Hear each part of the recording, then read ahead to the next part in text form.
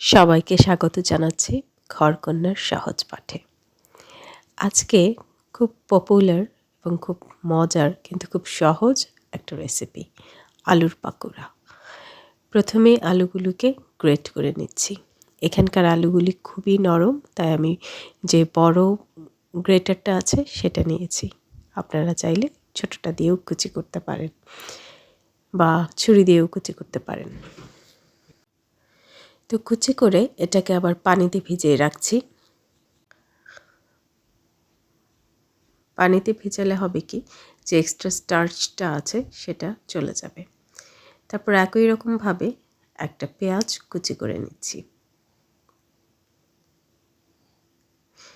পেঁয়াজ এবং আলুগুলি খুব ভালো করে ধুয়ে একটা স্ট্রেনারে দিয়ে পানিটা ঝরিয়ে নিব।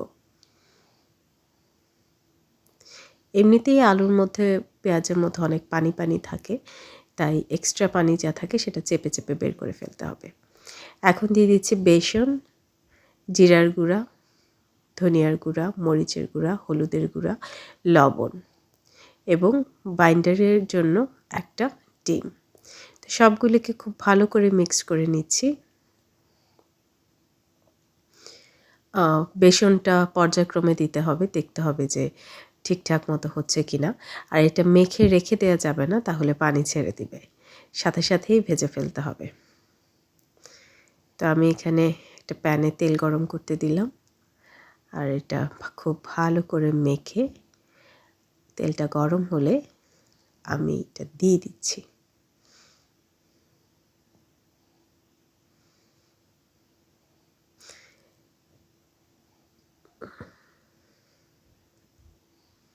এটা কিন্তু ছোট বড় সবারই খুব পছন্দের, এবং এটা এমনিতেই চায়ের সাথে খাওয়া যায় অথবা ভাতের সাথে খেতেও এটা খুব মজা লাগে। আর বাসায় যখন দেখা যায় যে শীতকালে একটু পাকুড়া খেতে ইচ্ছা করছে কিন্তু অন্য কিচ্ছু নেই, আলু তো মোটামুটি সবসময় বাসাতে থাকে, তখন আসলে ঝটপট এটা বানিয়ে নেওয়া যায়। তো এক পাশ পুরোপুরি গোল্ডেন হলে সেটাকে উল্টে দিচ্ছি।